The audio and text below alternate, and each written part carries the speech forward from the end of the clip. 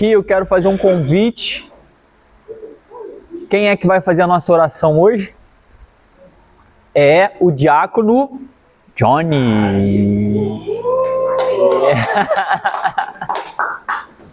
Vamos iniciar com oração, mais uma aula.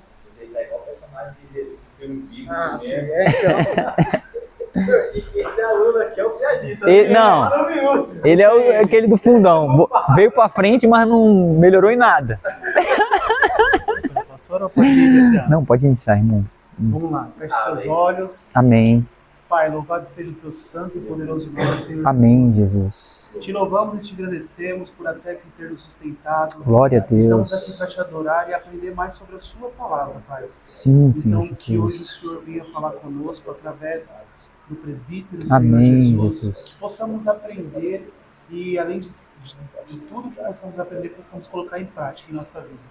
Obrigado por sempre estar conosco, obrigado por nos proteger, por cuidar da nossa família.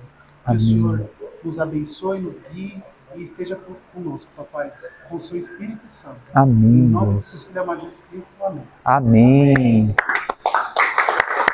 Muito obrigado, meu irmão. Aí o Tiago fala assim, ele veio de personagem de desenho bíblico. O Tiago falou isso. Tiago. Ô, pastor, deixa eu papai da aula. Amém, meus irmãos. Vamos dar continuidade à nossa aula de escatologia. Nós estamos na parte 2 do tema O Fim e o Princípio das Dores. Fazendo aqui um resumo da aula passada, nós podemos ver dentro da palavra, e não só dentro da palavra, mas também nós vimos aqui, através de noticiários, de vídeos, que este mundo está sendo preparado para o maligno, conforme as Escrituras elas declaram, conforme as profecias que estão escritas na Escritura. Nós vimos aqui no texto, lá de 2 Tessalonicenses, capítulo 2, que antes do fim seria revelado o iníquo, o maligno. Nós vimos aqui que este homem que se revelará, ele se revelará e se levantará contra tudo que é de Deus. Nós vimos isso de uma forma resumida, porque é um tema também que a gente vai entrar mais a fundo, mas o tema principal da nossa aula passada, o que nós abordamos e ficou muito evidente na aula passada foi a preparação desse mundo para o mal. Nós vimos aqui que existe um sistema operante que Paulo chama de um mistério da injustiça, que está atuando neste mundo para que a imagem do maligno, a imagem do diabo, os ensinos malignos, eles sejam pregados nesse mundo e para que as pessoas se acostumem com esse tipo de ensino. A gente viu aqui imagens do Carnaval do Rio de Janeiro, que desde 2017 agora é comum os carros alegóricos terem a imagem de Satanás. A gente passou aqui também por alguns artistas, que a gente vai ter uma aula também específica, que a gente vai falar sobre a cultura desse mundo.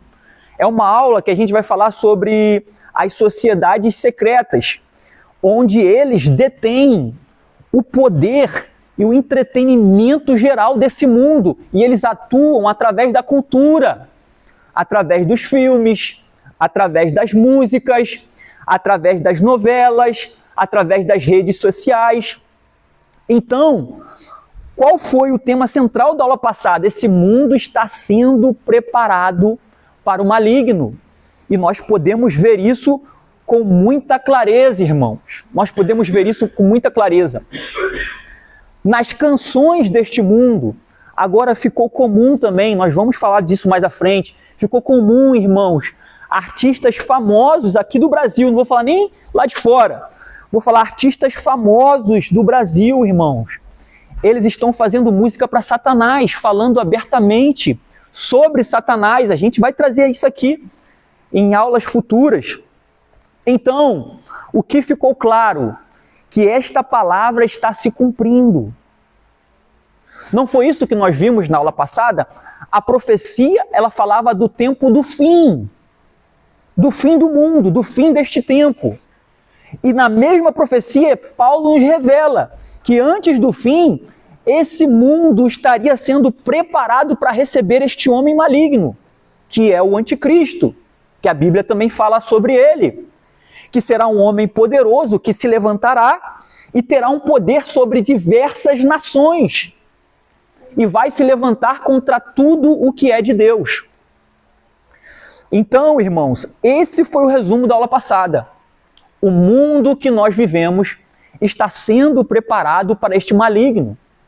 Estão normalizando a imagem do diabo e os ensinos de Satanás. Estão ridicularizando a palavra de Deus e o evangelho de Jesus Cristo, como nós vimos aqui. Eles querem que o evangelho, que a Bíblia, eles dizem, é um livro de fantasia. Eles debocham e riem dos ensinos da Bíblia. Isto está sendo pregado no mundo, irmãos. O que é isso? É a preparação deste mundo para receber o maligno.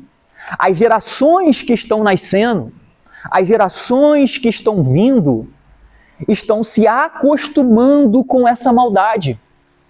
Estão crescendo, se acostumando em ver lá na avenida, no Rio de Janeiro, um carro alegórico com a imagem do diabo. As gerações estão se acostumando a ligar a televisão e ver um filme aonde matar, destruir, fazer culto ao diabo é algo comum. As gerações estão crescendo, ouvindo músicas de cantores famosos, como aí eu citei um aqui na aula passada, Felipe Ret, MC Cabelinho, Anitta, músicas que cultuam a Satanás. Músicas que mostram pactos. A gente vê em shows que esses artistas fazem imagens de Satanás. O que é isso? É a preparação desse mundo para o recebimento desse anticristo, que a Bíblia diz que vai ser poderoso, vai exercer poder sobre nações e vai ser adorado. Então esse foi o resumo da nossa aula passada. E por que eu estou trazendo esse resumo um pouco mais extenso? Porque a aula de hoje ela tem um pouco de ligação com a aula anterior.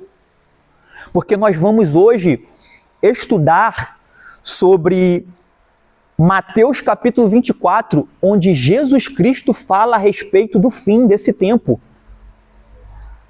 Igualmente, Paulo falou em Tessalonicenses. E Jesus ali vai nos trazer alguns sinais que nós precisamos estar atentos para este tempo, que ele disse, olha, fique atento a estes sinais, porque quando isso começar a acontecer, o fim está próximo.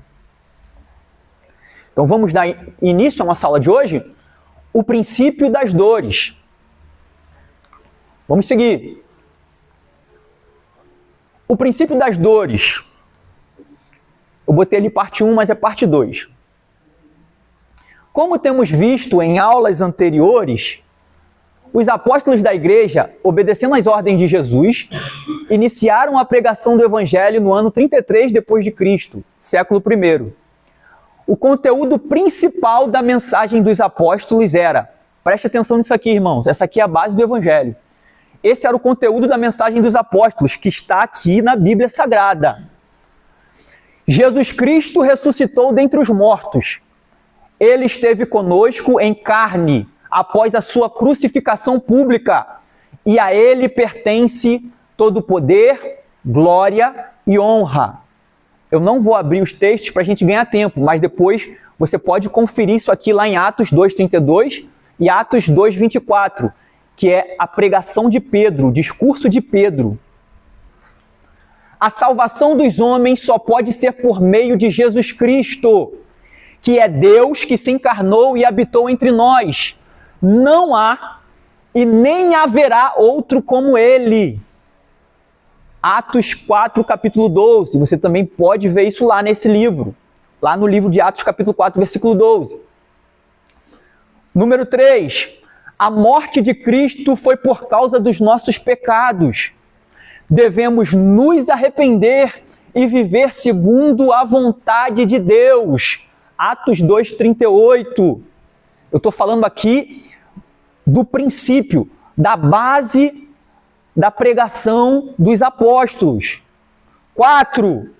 Já é a última hora. Eles também pregavam o tempo do fim.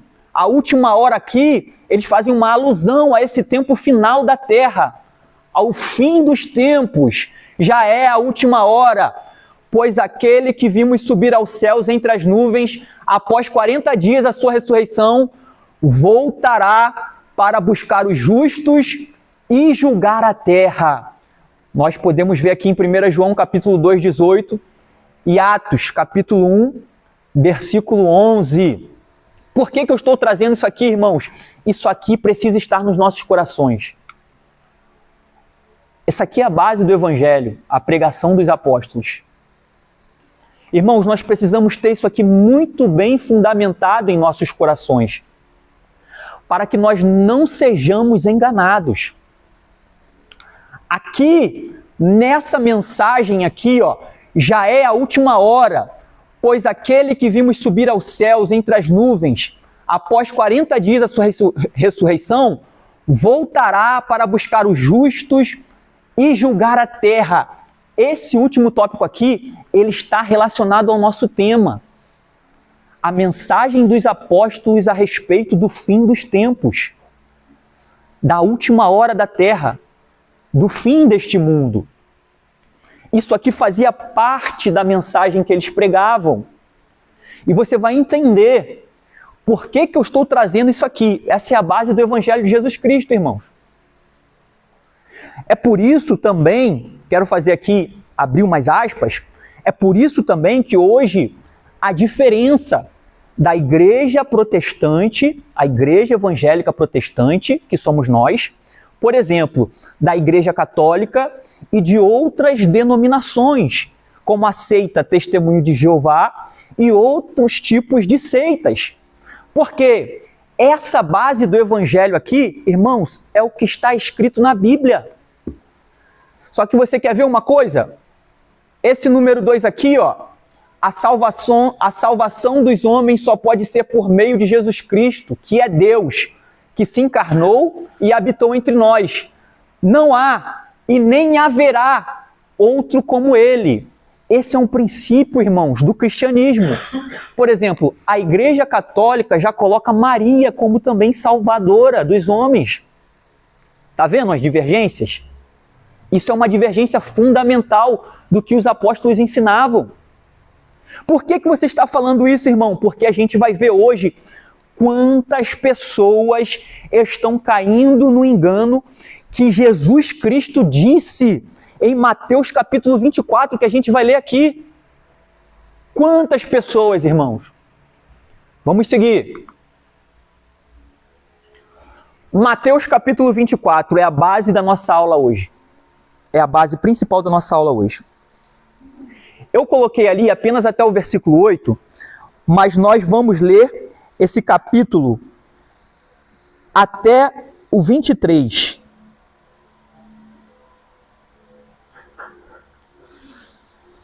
Está com a sua Bíblia aí? Abra sua Bíblia em Mateus capítulo 24.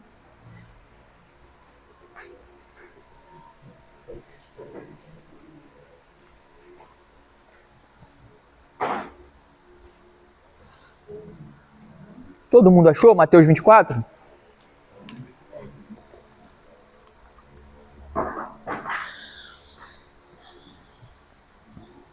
Mateus capítulo 24.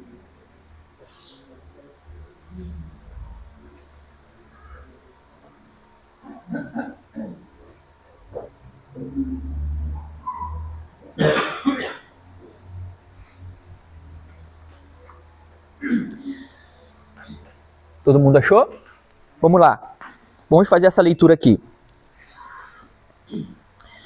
Jesus saiu do templo e, enquanto caminhava, os seus discípulos se aproximaram para lhe mostrar as construções do templo. Ele, porém, lhes disse: vocês estão vendo todas estas coisas? Em verdade lhes digo que não ficará aqui pedra sobre pedra que não seja derrubada. Olha aqui, já presta atenção nesse primeiro ponto aqui, ó. Jesus já lança uma profecia para aquele tempo. Os discípulos estavam mostrando o templo de Jerusalém, porque era um templo muito bonito. E os discípulos estavam mostrando para Jesus: olha, Jesus, aqui, viu como esse templo é bonito? Viu como esse templo é maravilhoso? Aí Jesus já lança logo uma bomba sobre eles. Vocês estão vendo isso aqui? Eis que eu vos digo que não sobrará pedra sobre pedra. Não vai ficar nada de pé aqui. Isso Jesus fala no ano 33. Aí sabe o que aconteceu no ano 70? O imperador, o general Tito, que mais tarde se tornou imperador de Roma, invade Jerusalém. E sabe o que ele faz? Ele destrói o templo e taca fogo. Não fica pedra sobre pedra. Olha como é forte isso aqui. Jesus falou isso no ano 33. No ano 70 se cumpriu o que Jesus falou. Aí Jesus fala para os seus discípulos: não ficará pedra sobre pedra. Versículo 3. Jesus estava sentado no Monte das Oliveiras, quando os discípulos se aproximaram dele, e em particular lhe pediram: diga-nos, quando essas coisas vão acontecer? E que sinal haverá da sua vinda e do fim dos tempos? Então perceba que os discípulos estão perguntando a Jesus: Senhor, quando isso vai acontecer? Que sinal haverá da sua vinda e dos fim dos tempos?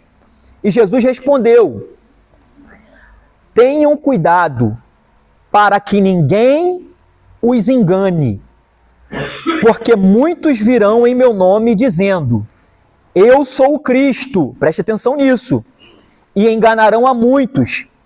E vocês ouvirão falar de guerras e rumores de guerras.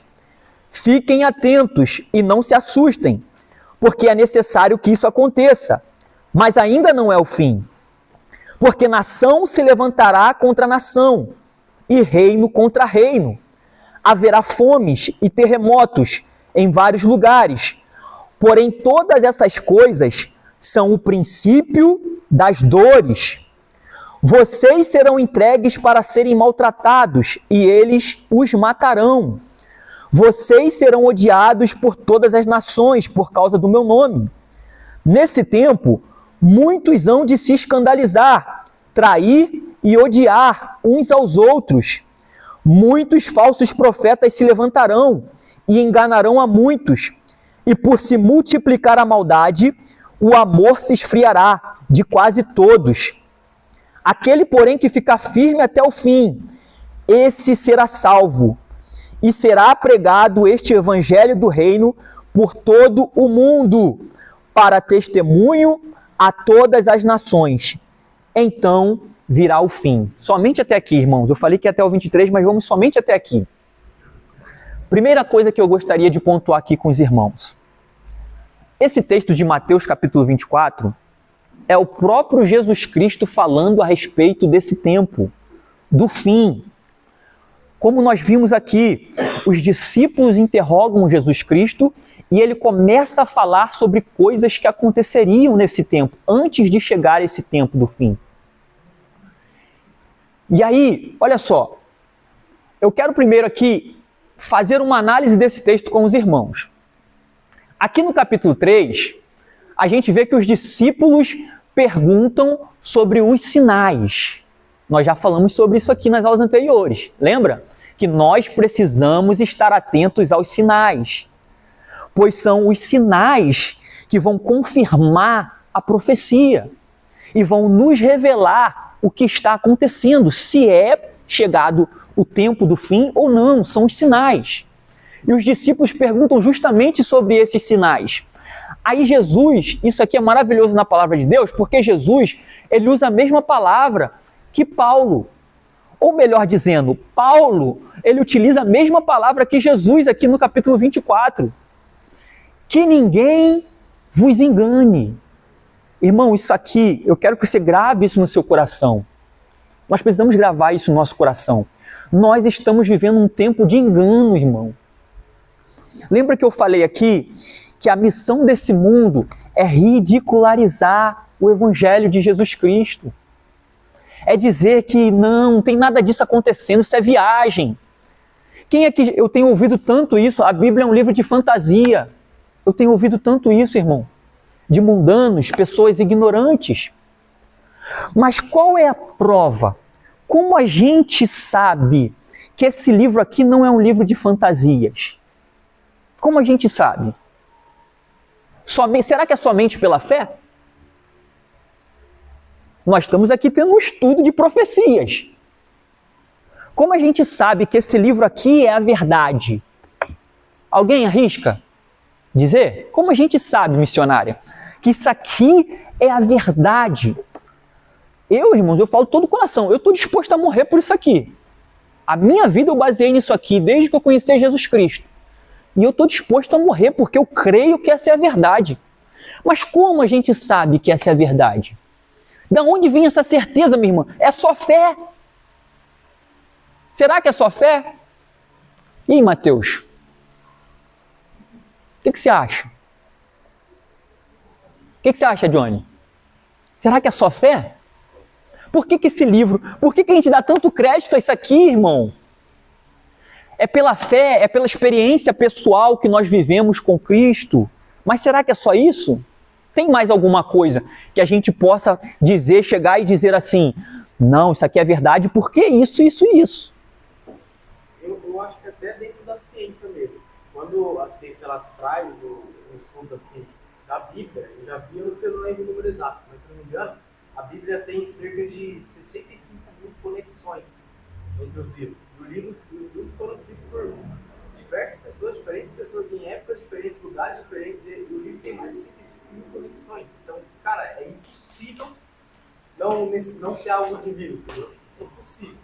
Perfeito, perfeito. Isso já foi colocado também pela ciência, estudado. Isso aqui é um ponto muito bom, porque a Bíblia foi escrita dentro de um período de 1.500 anos. São mais de 40 autores diferentes. Escrita num período de 1.500 anos, mais de 40 autores diferentes, 66 livros, né, na nossa Bíblia protestante.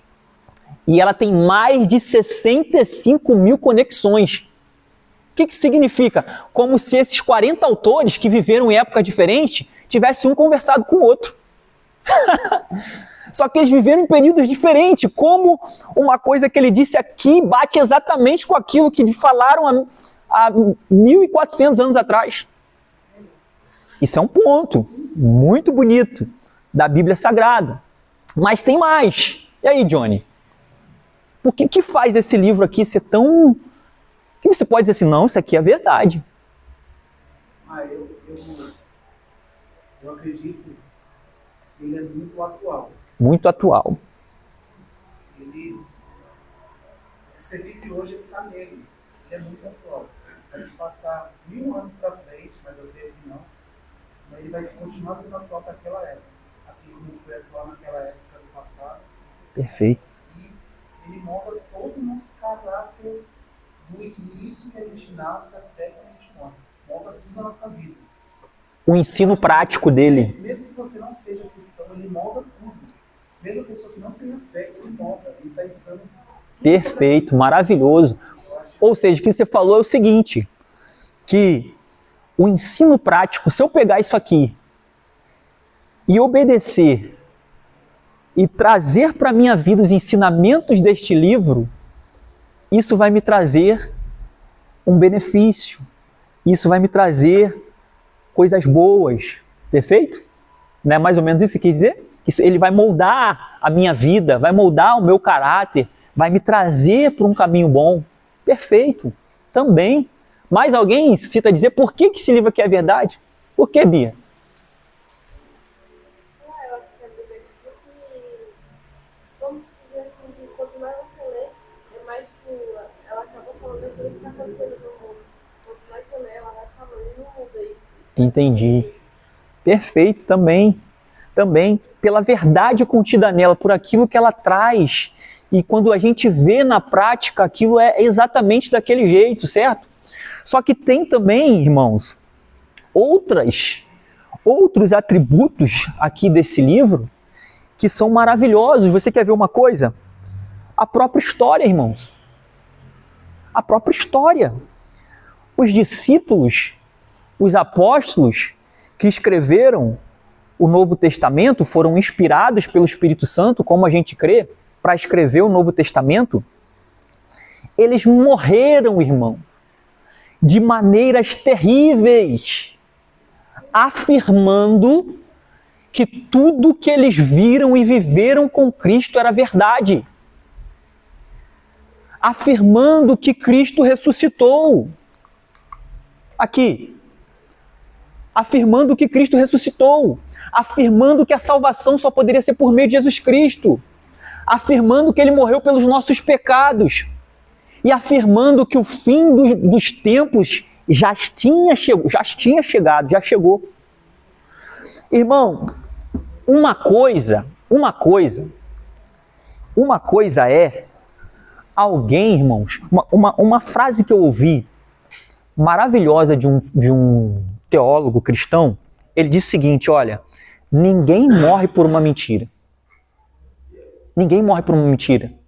Dificilmente alguém vai morrer por uma mentira. Se você conta uma mentira, sua vida está em risco ali na hora. A sua vida está em risco. Você vai dizer a verdade: minha vida está em risco. Eu posso morrer, eu vou morrer por causa de uma mentira. Agora, você imagina, eles não só morreram falando essas coisas, confessando essa verdade até o final. Eles viajavam, irmãos, pregando essa verdade. Eles iam de nação a nação, pregando essa verdade. Isso aqui também traz para nós a consciência o quão poderoso foi o que eles viveram. Porque para você morrer por algo que você prega, você tem que, irmão, crer muito naquilo, você tem que crer que aquilo é verdade, você tem que ter visto aquilo. Eles morreram dizendo: Jesus ressuscitou, nós vimos Ele ressuscitado. E a pressão, eles foram presos primeiro. Nega, blasfêmia. Eles não negaram. Eles foram chicoteados e eles continuaram a viajar e a pregar a mesma coisa. Isso é história. É a história. Eles, irmão, morreram apregoando essa verdade. Todos os apóstolos. E aí depois veio, irmão, a perseguição de Roma. Veio depois o Coliseu, onde os cristãos eram lançados para serem comidos por feras. Eles e seus filhos. Depois veio a loucura de Nero, que começou a incendiar os cristãos vivos em praça pública. Tem filmes que relatam, isso também está relatado na história, irmãos, não só na... Isso não é a loucura de Nero, essa questão dos cristãos serem lançados no Coliseu e queimados em praças. Isso está relatado historicamente. E aí, a gente vê que o cristianismo não morreu aí. Ele continuou. Por quê? Porque era a verdade, é a verdade. Essa palavra é verdadeira. Consegue entender? Então, eles entregaram a sua vida. E aí outra coisa também. As profecias, irmão. As profecias provam que a Bíblia é a verdade. Porque o que são profecias? Profecias são palavras ditas por um profeta, ou dita por Jesus Cristo, ou dita pelos apóstolos, que a partir de um determinado momento elas se concretizam. Situações que eles não teriam como imaginar naquele cenário. Você quer ver uma coisa? Aqui em Mateus 24, não era comum, irmão, isso aqui, ó, terremotos. Não era comum naquela época. Muitos terremotos. A gente vai ter uma aula que a gente vai falar só sobre esse evento aqui. Sobre o aumento, sobre o crescimento de tudo isso aqui que está escrito em Mateus capítulo 24. Mas existem coisas, situações nessas profecias que não eram comum imaginar naquela época. Nenhum filósofo, nenhum estudioso imaginava situações que estão descritas nas profecias bíblicas que aconteceriam no futuro. Um exemplo que eu gosto muito de dar é a própria visão de João, lá em Apocalipse capítulo 13. João, ele tem uma visão de uma imagem que foi construída e ele fala que deu vida para a imagem, deram vida, espírito para a imagem. E a imagem falava. E a imagem dizia que quem não adorasse a besta deveria ser morto. O que João viu? Eu pergunto para vocês hoje, o que João viu? Uma imagem que ganhou vida e falava. O que ele viu? O que ele viu, Mateus? Uma imagem, eu construo uma imagem e dou vida à imagem. E a imagem está aqui. E a imagem fala. Robô. Obrigado. Ele viu um robô. Ele viu um robô há 2000 anos atrás, onde não existia eletricidade. Não existia luz, não existia nada. Não existia Wi-Fi, internet, nada disso. Ele viu uma imagem que deram vida à imagem e a imagem falava. Hoje a gente sabe que é um robô. Uma imagem que é construída e deram vida para si e a imagem fala. Quem que nunca viu um robô agora? Um humanoide? Só uma colocação aqui. Estava falando dos apóstolos, né, dos heróis da fé que morreram por esse livro aí, né, do Evangelho. Hoje, trazendo nos dias de hoje, tantos cristãos, tantos países, né, que não estão matando cristãos. Se esse aí fosse um livro tão simples, se não fosse um livro tão sério, não haveria tantos cristãos. Tanta perseguição. Deles. Ou seja, o que aconteceu lá atrás, hoje é como ele falou, acontece atualmente. Hoje, quantos cristãos não estão morrendo se aparecer com uma Bíblia na mão? Ou seja, sinal que ele realmente é verdadeiro. Perfeito, minha irmã. Perfeito. Se esse livro não fosse a verdade, por que tanta perseguição, né, minha irmã? Hoje ainda, né? Por que tanta morte, né? Por que tanta confusão por causa de um livro que não é a verdade? Se fosse tão simples, não morreriam. Perfeito, minha irmã. Maravilhoso. Muito obrigado por essa colocação. Uma outra. Por que tanta perseguição, né? Contra os crentes, contra esse livro? Por que querem mudar a Bíblia? Você viu aí uma atriz aí, de uma emissora aí falando, a gente tem que mudar a Bíblia. Tem que mudar, tá tudo errado. Lançaram uma nova versão, não sei se você viu também, que até o Ratinho falou. Não, essa versão já existia também, é da Testemunha de Jeová. O Ratinho falou bobagem ali, né? Porque é uma versão que muda um versículo, um dos versículos principais da nossa fé, que é João capítulo 1, que diz que Jesus é Deus. João começa o livro dizendo, ele era o verbo, e o verbo estava com Deus, e o verbo era Deus. Aí, os Testemunhas de Jeová mudaram esse texto. Lá na Bíblia do Testemunho de Jeová está escrito que Jesus, e ele é um Deus. Ele não é Deus, ele é um Deus. Por quê? Porque os Testemunhos de Jeová não acreditam. Novamente, por que eu falei da importância disso aqui para nossas vidas? Os Testemunhos de Jeová não acreditam nisso aqui, ó. A salvação dos homens só pode ser por meio de Jesus Cristo, que é Deus que se encarnou. O Testemunho de Jeová diz que ele não é Deus. Ele é um Deus. Ele foi criado. Entendeu? E a Bíblia, a nossa Bíblia, a Bíblia original, ela é clara. Jesus era o verbo, e o verbo estava com Deus, e o verbo era Deus. Ele se fez carne e habitou entre nós. Então o texto é claro. Só que eles modificaram esse texto. Os Testemunhos de Jeová. Aí é onde eu falo da importância disso aqui. E você vai entender melhor ainda mais à frente. Vamos seguir a aula aqui. Então, irmão, que ninguém vos engane, que ninguém nos engane. Então, o que nós vimos aqui? Que esse livro, ele traz ensinamentos práticos. Que se eu trazer para a minha vida, eles vão me trazer benefícios. Eles vão me trazer bem, eles vão me fazer bem. Esse livro aqui tem conexões que nem a ciência imaginaria. Foi escrito por 40 autores diferentes, cerca de 1.500 anos para ele ser completo. E mesmo assim tem mais de 65 mil conexões. Parece que foi a mesma pessoa que escreveu. E a gente sabe que a Bíblia mesmo fala que ela foi inspirada pelo Espírito. Então isso é a prova de que o Espírito Santo inspirou esses homens para escrever um livro. para escrever este livro e não só trazer ensinamentos para a nossa vida, mas para revelar a vontade de Deus e o mistério de Deus que foi nos revelado nesses últimos dias, como o apóstolo Paulo diz, Jesus Cristo, o Salvador de todos os homens. A Bíblia, o centro da mensagem bíblica é Jesus Cristo, irmão. Amém? Nós vimos aqui que as perseguições também revelam que esse livro é verdade, como a irmã trouxe. Por que tanta perseguição? Por que querem calar os cristãos? Por que querem calar essa palavra?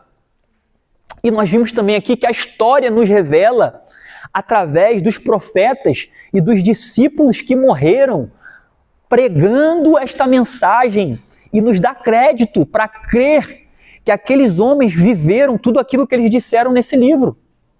Porque eles entregaram sua vida dizendo aquilo. Amém? E também, por último, as profecias. As profecias que se cumprem desde o Antigo Testamento.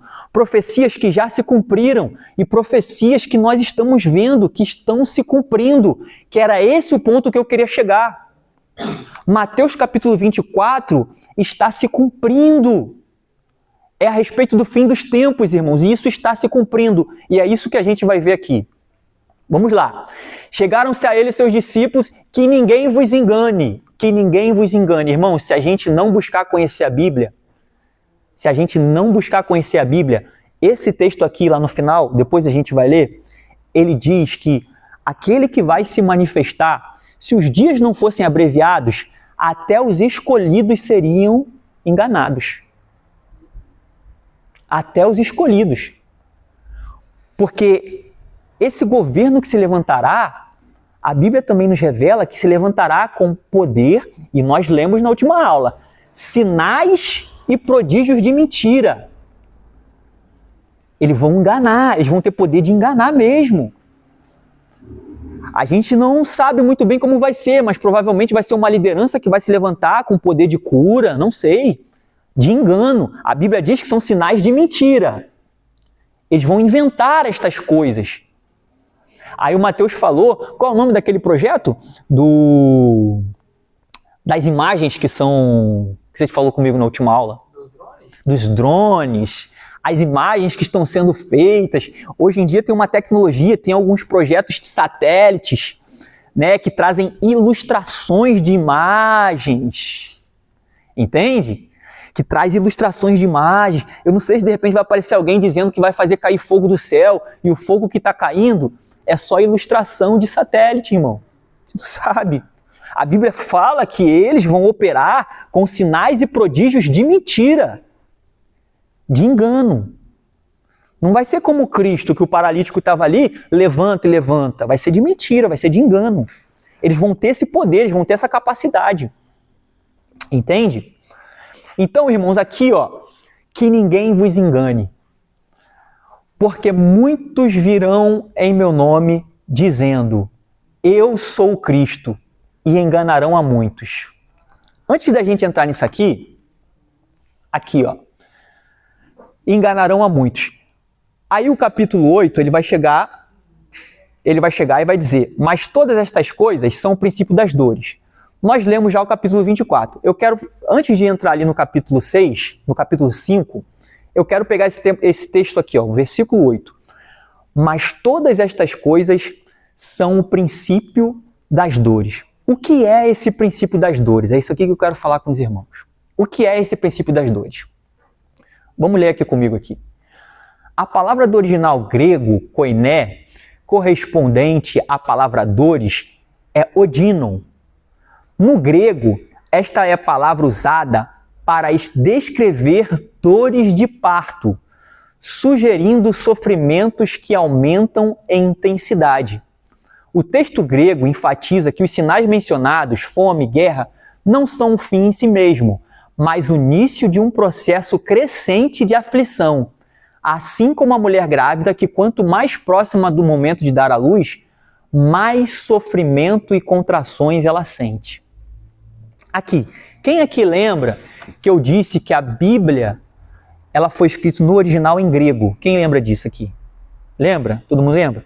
A Bíblia, o Novo Testamento, melhor dizendo, o Novo Testamento, ele foi escrito no original em grego. O Antigo Testamento foi escrito em hebraico e algumas partes em aramaico do Antigo Testamento. Mas o Novo Testamento da Bíblia foi escrito em grego. Quem lembra aqui? E eu expliquei por que foi escrito em grego, porque o grego era a língua universal daquela época. Então, olha a visão dos apóstolos. Olha, a gente quer alcançar o mundo. A gente quer pregar esse evangelho para todas as nações. Então, se a gente utilizar o aramaico ou o hebraico, que era a língua dos hebreus daquele tempo, pouca gente entenderia, ou só os judeus entenderiam. Aí o que eles fazem? Eles têm essa luz do Espírito Santo. E o que eles fazem? Eles escrevem os textos sagrados, os evangelhos e as cartas de Paulo, elas são escritas em grego, que era a língua universal. Quase toda a Europa falava grego. E partes do Oriente Médio, eles conheciam o grego, porque era uma língua universal, comercial. Entende isso? Então, quando a gente lê aqui, nesse versículo 8, mas todas essas coisas são o princípio das dores, e a gente vai puxar lá na linguagem original grego, essa palavra dores aqui é odinon, que significa dores de parto. Então, o que Jesus ele está falando? Que o fim dos tempos seria como se fosse uma mulher grávida. Preste atenção aqui agora. O fim dos tempos que os apóstolos começaram a pregar seria como uma mulher grávida. Imagine você que quando essa mulher recebeu essa semente ali no seu ventre, esse foi o início do fim. Preste atenção. Quando essa mulher recebeu essa semente, nós estamos aqui fazendo uma alusão ao fim dos tempos. Quando essa mulher recebeu essa semente na sua barriga, iniciou o fim dos tempos ali, que eu disse para os irmãos, foi quando Jesus subiu e os apóstolos começaram a pregar. Ali inicia o fim. A barriga desta mulher está crescendo. E digamos que quando ela dá à luz, é o fim. A barriga desta mulher está crescendo. Então, quanto mais a barriga está crescendo, mais perto do fim nós estamos chegando. Amém? Está todo mundo entendendo? Agora, esta mulher começa a sentir contrações. Essas contrações são todas essas causas aqui que Jesus está falando. Virão muitos em meu nome dizendo que eu sou o Cristo e enganarão a muitos. Acontecerão guerras e rumores de guerras. Levantará nação contra nação, reino contra reino. Haverá fomes, pestes e terremotos. Então essas contrações é isso aí que está acontecendo. À medida que vai chegando mais perto do fim, o que acontece com essa mulher grávida? Ela vai tendo mais? À medida que ela está mais perto de dar à luz, o que acontece? Ela vai sentindo mais dores. Então essa é a comparação que Jesus faz. Quanto mais perto do fim tiver, mais você vai ouvir falar de guerra. Quanto mais perto do fim tiver, mais falso profeta vai se levantar. Quanto mais perto do fim tiver, mais terremoto vai ter. Quanto mais perto do fim tiver, mais fome, mais pestes. Consegue compreender isso? Então, esse é o princípio das dores. É aquele tempo onde a mulher ela está próxima de dar à luz, que quando ela dá à luz é o fim. É Jesus descendo na terra e terminando com tudo. Mas até lá, ela sente as contrações, e essas contrações é a terra clamando. São todos esses colapsos aí. Então vocês conseguem entender? Ficou bem explicado? Todo mundo entendeu essa parte? Então aqui agora, ó. Agora a gente vai entrar num ponto melhor da aula. Tá? Que aí quem está dormindo vai acordar, o Johnny está cansado. Eu sei como é que é isso, Johnny. Aqui, meus irmãos. Aqui, ó. Eu quero fazer uma análise com vocês. A intenção dessa aula, do princípio das dores, é mostrar para os irmãos os sinais que Jesus Cristo profetizou ou falou há mais de 2000 anos atrás,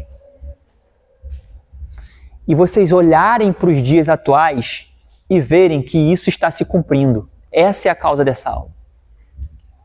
Que o que Jesus falou há mais de 2000 anos atrás está acontecendo nos dias de hoje. É essa consciência que eu quero trazer para os irmãos nessa aula. Então vamos lá. Mateus 24:5, tá aqui, ó. A gente leu lá, eu só separei ele aqui, ó. Porque muitos virão em meu nome dizendo... Deixa eu ler aqui. Porque muitos virão em meu nome dizendo, eu sou o Cristo, e enganarão a muitos. Isso aqui, Jesus disse isso aqui. É muito importante a gente dizer que em toda a história da humanidade, sempre se levantaram homens dizendo que eram Deus, né? O próprio Império Romano, o imperador, o César, ele era considerado um Deus. E ele recebia adoração. E em toda a história da humanidade, tiveram reis, homens, de tribos e diversas raças, líderes que se diziam reis e queriam ser adorados como deuses. Se diziam deuses e queriam ser adorados como deuses. Só que Jesus aqui está sendo específico. Jesus está dizendo aqui, ó, porque muitos virão em meu nome, dizendo que eu mandei, e eles vão dizer que eles são Cristo. E eles vão enganar a muitos. Jesus está sendo específico, então Jesus está falando dele, que muitos viriam dizendo que seria ele, que era ele o Cristo. E enganariam a muitos. Esse rapaz aqui, ó, Vizarion, ele é um russo, que arrebatou seguidores ao declarar que é a reencarnação de Jesus. Em plena crise após o fim da União Soviética, após perder o seu emprego, ele iniciou a difusão do seu livro. Ele escreveu um livro, O Último Testamento de Cristo. Adotou o visual de Messias e, aos poucos, pessoas começaram a segui-lo. E em 1992, eles instalaram sua terra prometida na vila de Petropavlovka, um local completamente isolado. Ali, ele e seus seguidores vivem, realizam cultos e produzem sua própria comida. Atualmente, cerca de 4.000 pessoas vivem nesse local e professam que Vizarion é Jesus. O nome dele é Sergei Torop, ele que mudou o nome para Vizarion. Estima-se que seus seguidores chegam a 10.000 pessoas pelo mundo. Atualmente, Vizarion se encontra preso, acusado de extorsão e outros abusos contra dezenas de pessoas. Aqui, ó, tem como colocar o vídeo lá pra gente, Mateus? Solta aí o vídeo aí. Esse é o vídeo dele sendo preso, tá, irmão? Mas eu quero mostrar aqui pra vocês quantas pessoas ele arrebatou. Quantas pessoas seguem ele e acreditam que ele é Jesus em reencarnado, tá? É para isso que esse vídeo tá aí. Está sem áudio mesmo, Mateus. Eu acho que está sem áudio. Ó, é esse rapaz aí. Isso aí é real, tá, irmãos? Isso aí é lá na vila dele. Ah, não tem áudio.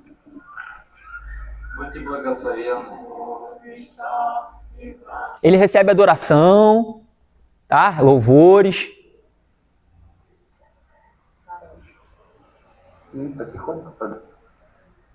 Esses aí são os seguidores dele, olha lá, ó.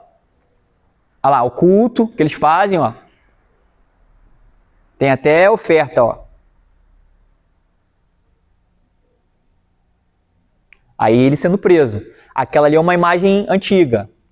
Esse aí, ele recentemente foi preso acusado de extorsão e de alguns abusos contra os seus seguidores ou pessoas que dizem ter sido enganadas por ele.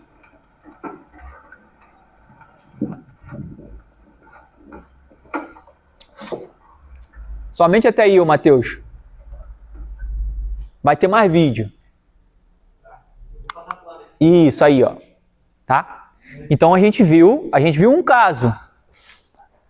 Irmãos, vocês se espantariam de quantos casos existem no mundo de pessoas que dizem ou disseram ser a reencarnação de Jesus.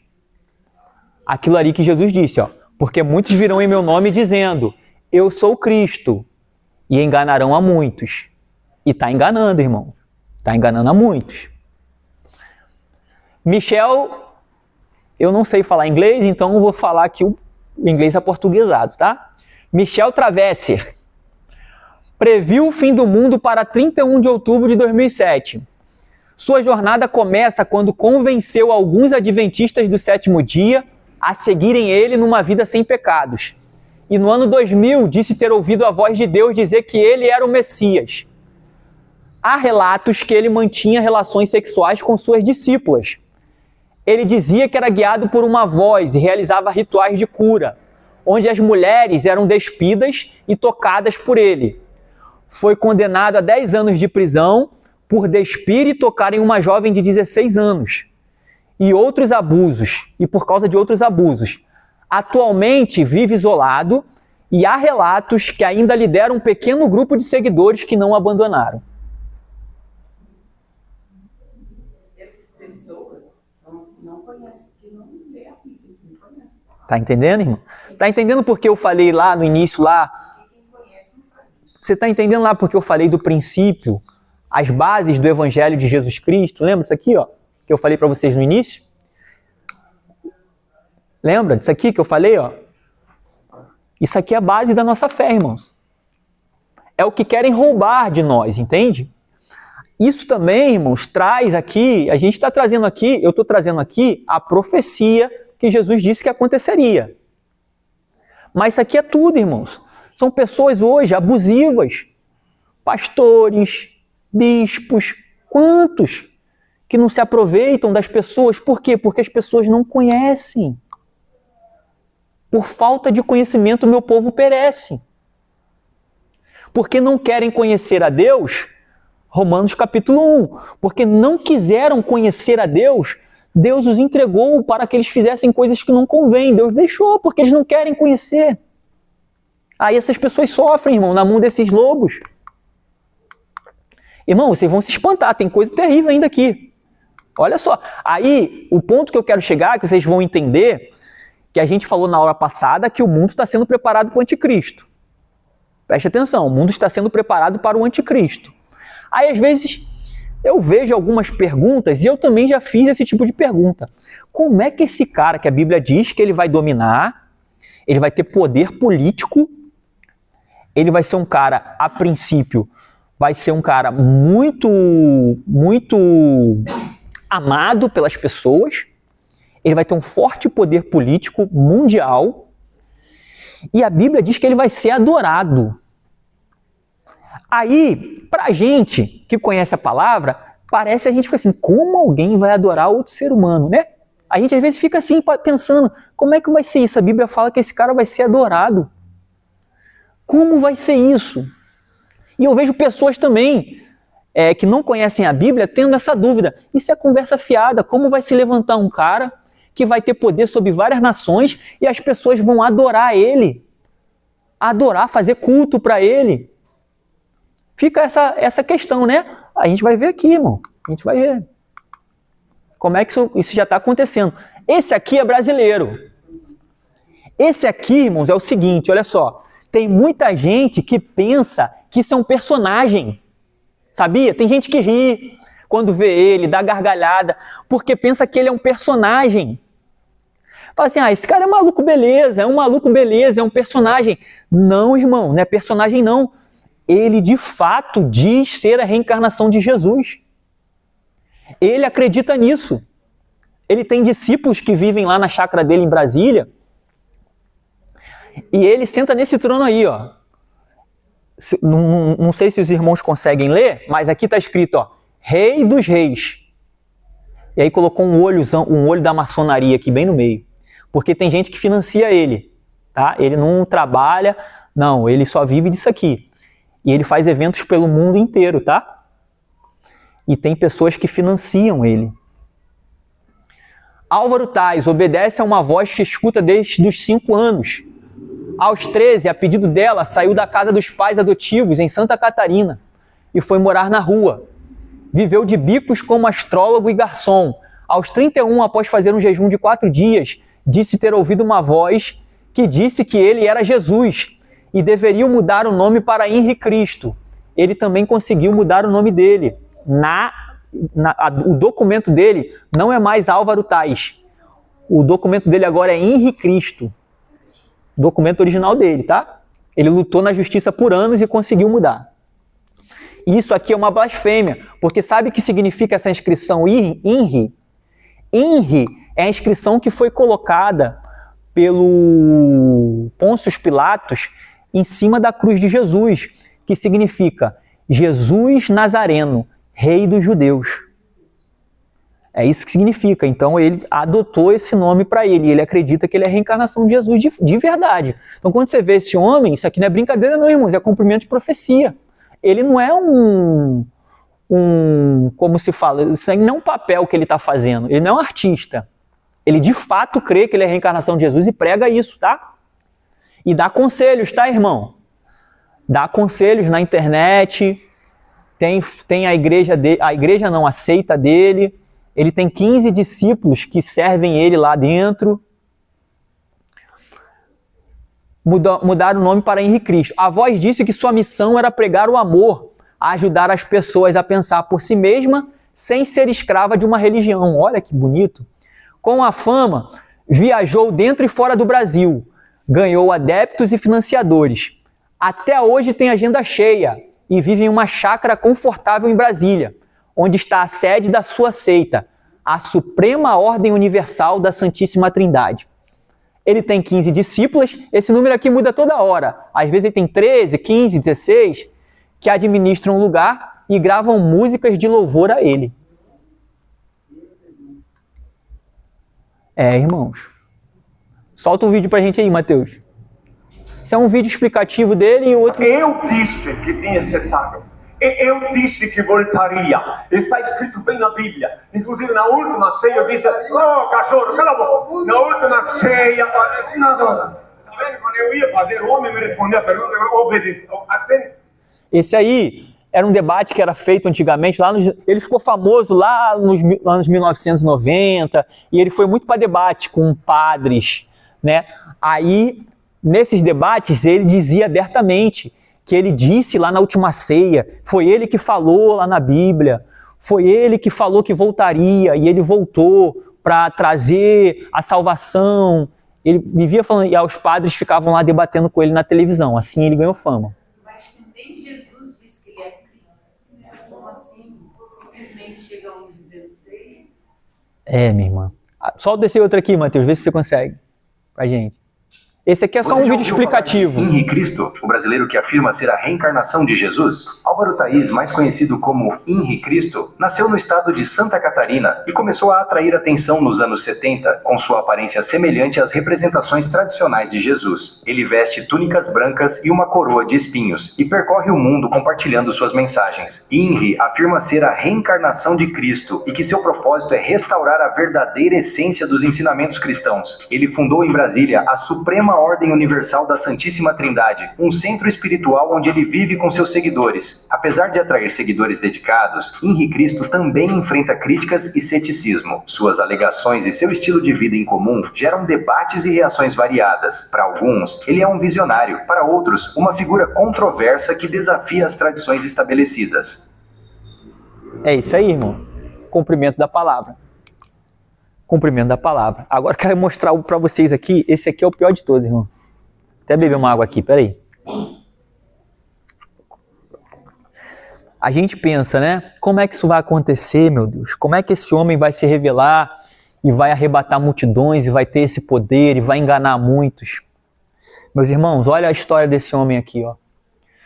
José Luiz de Jesus. Tem um vídeo dele também, se eu não me engano tem.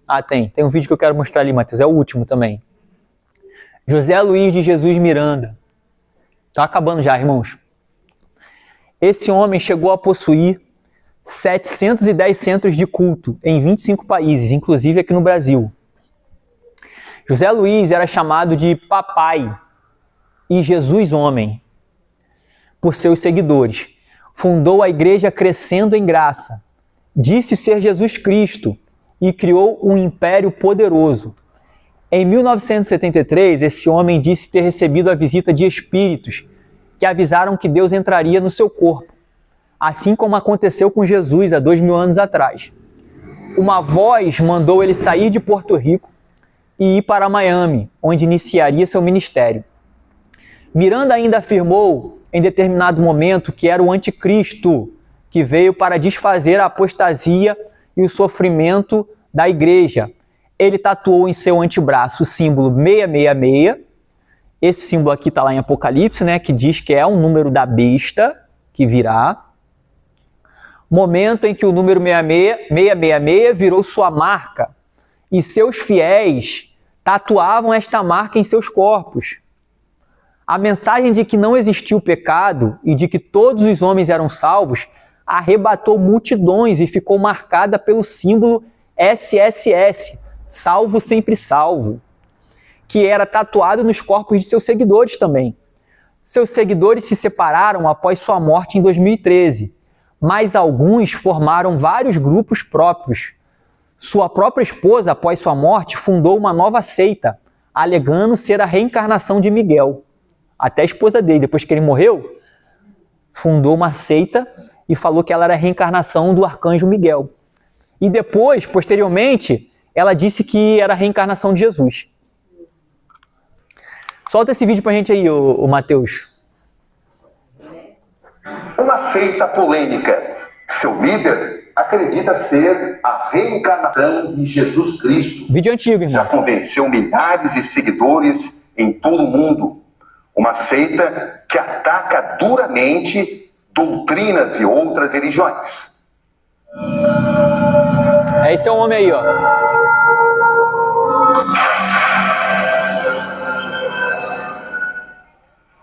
Este homem garante, ele é Jesus. Yo soy Jesucristo. Uma seita polêmica. Isso é no Rio de Janeiro. A Igreja Católica hoje representa o mal na Terra. Um grupo que cultua o número 666. É um número de prosperidade, é um número de bênçãos, é um número de sabedoria também. E 666 para nós não é o número do anticristo. Uma seita que divulga as ideias em eventos homossexuais. Pensei que Deus me ama, porque Ele não me vê em carne, me vê em espírito, então a Ele não importa como eu faço meu sexo. Que aceita o aborto e garante que todos na Terra não têm pecados, são perfeitos. O pecado não existe. Quando Cristo morreu na cruz, Ele tirou o pecado do mundo. Não existe pecado. José Luiz de Jesus Miranda, porto-riquenho de 61 anos, um homem que por onde passa está sempre rodeado de seguranças, ostenta joias caras, anda em carros modernos e mora em uma mansão em um condomínio de luxo em Miami. ¿Tú sabes lo que yo me iba a comprar? Un Phantom Rolls Royce.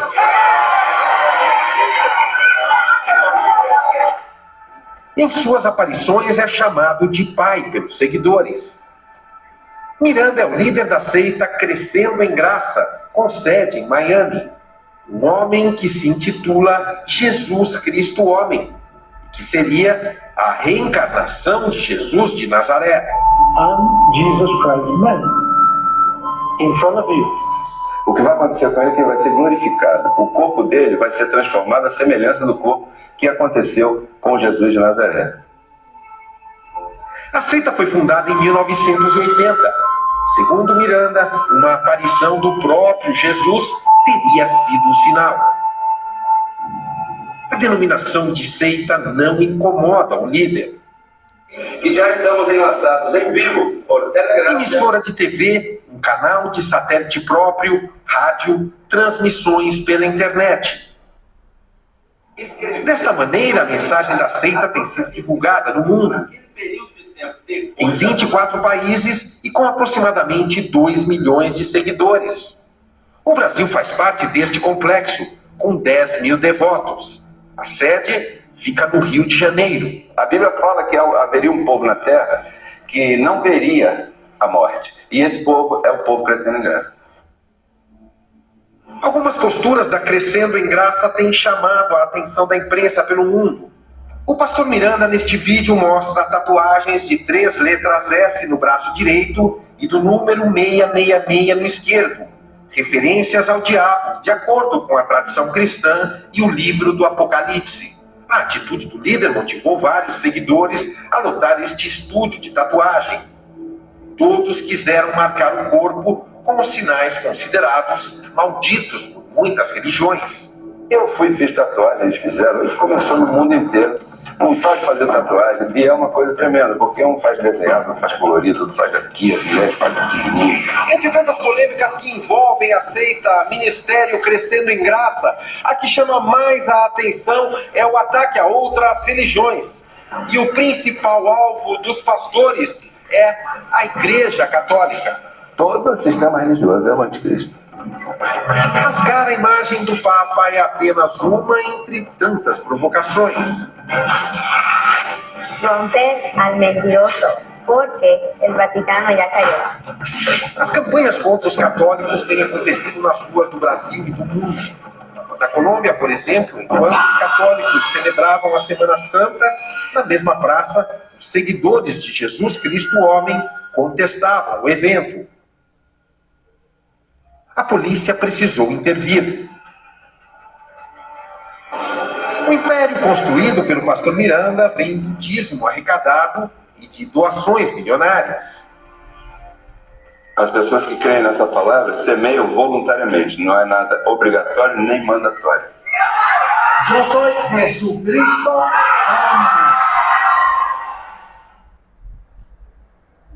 Você acredita nisso, irmão?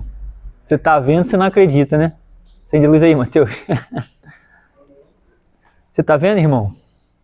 Como está na palavra vai se cumprir, irmão. Como está na palavra vai se cumprir. A gente leu lá. Jesus Cristo, ele nos avisou. Ele nos deixou avisados. E eu preciso terminar a aula, tá, irmãos? Mas aqui, ó. Eu trouxe aqui o texto que a gente já estudou na aula passada, mas só para reforçar. Ninguém de maneira alguma vos engane, porque não será assim sem que antes venha a apostasia, que é o abandono da fé, e se manifeste o homem do pecado, o filho da perdição, que é aquele que a gente já falou, que ele vai se levantar, o qual se opõe e se levanta contra tudo que se chama Deus, ou se adora, de sorte que se assentará como Deus no templo de Deus, querendo parecer Deus. Então, através desses relatos, desses fatos que nós vimos, desses homens, a gente tem uma ideia de como vai ser, de como esse anticristo vai se manifestar e de como ele vai conseguir ter sucesso, como a Bíblia diz que ele vai ter sucesso. Porque muitas pessoas, irmãos, elas, não conhecendo a palavra, serão arrebatadas por aquilo que ele diz, por aquilo que ele fala. E se cumpre também o que Paulo disse a Timóteo, pois virá o tempo em que não suportarão a sã doutrina. Já chegou esse tempo, irmão.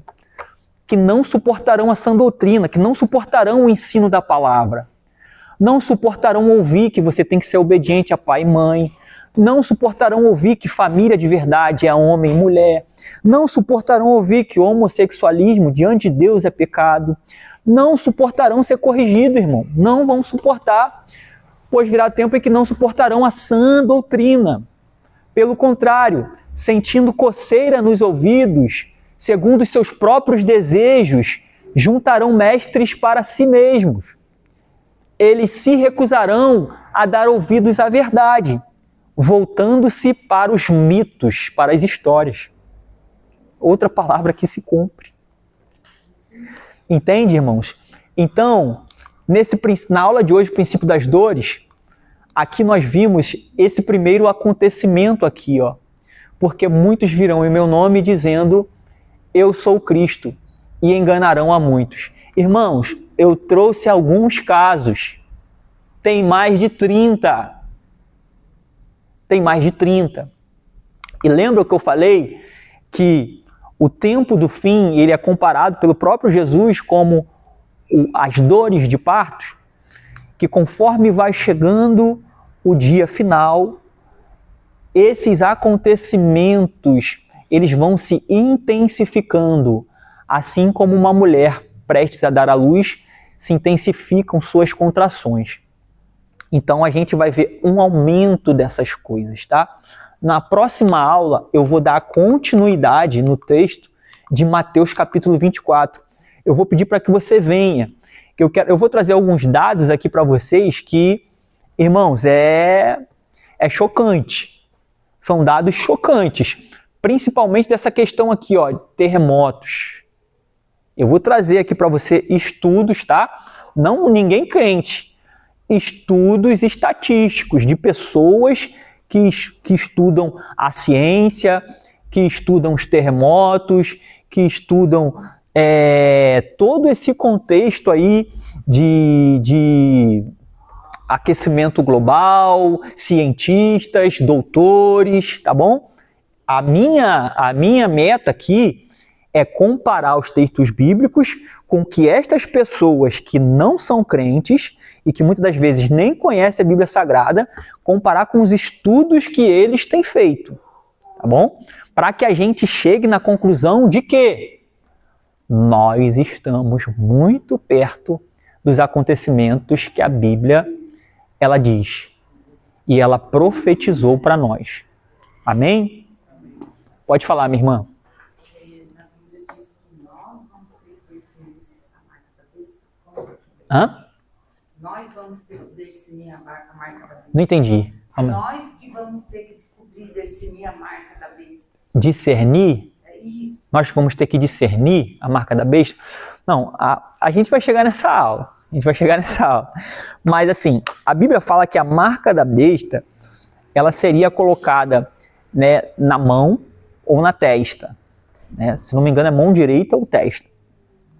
Ela seria colocada. Seria uma marca que sem essa marca, os homens não conseguiriam comprar, nem vender, nem fazer comércio, nem nada. Ou seja, tudo indica, né? Tudo nos indica hoje, se a gente não tem um CPF, se a gente não tem uma conta bancária hoje, se a gente não tem documentos pessoais, a gente não consegue, né? Comprar, nem vender, a gente não tem. Para o que está caminhando a nossa sociedade? A nossa sociedade está caminhando para uma moeda digital. Antigamente, as pessoas falavam que isso nunca ia acontecer, que era loucura. Hoje já está claro para a gente que está caminhando para uma moeda digital. Agora você imagine, hoje a pessoa ainda consegue sobreviver com dinheiro físico. Se ela de repente não tiver conta e tudo mais, ela consegue sobreviver com dinheiro físico. Futuramente, se acabar o dinheiro físico, se for só dinheiro digital, sem conta bancária, ninguém consegue comprar, vender, fazer nada.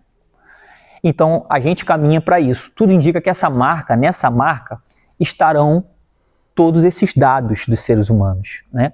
Você já viu que hoje tem um cartão, né? Que é um chip que coloca. Essa marca, já existe chip, já existe, tá, irmão? Já existe. Inclusive, se eu não me engano, eu tenho um vídeo lá, eu não sei se é na Suécia,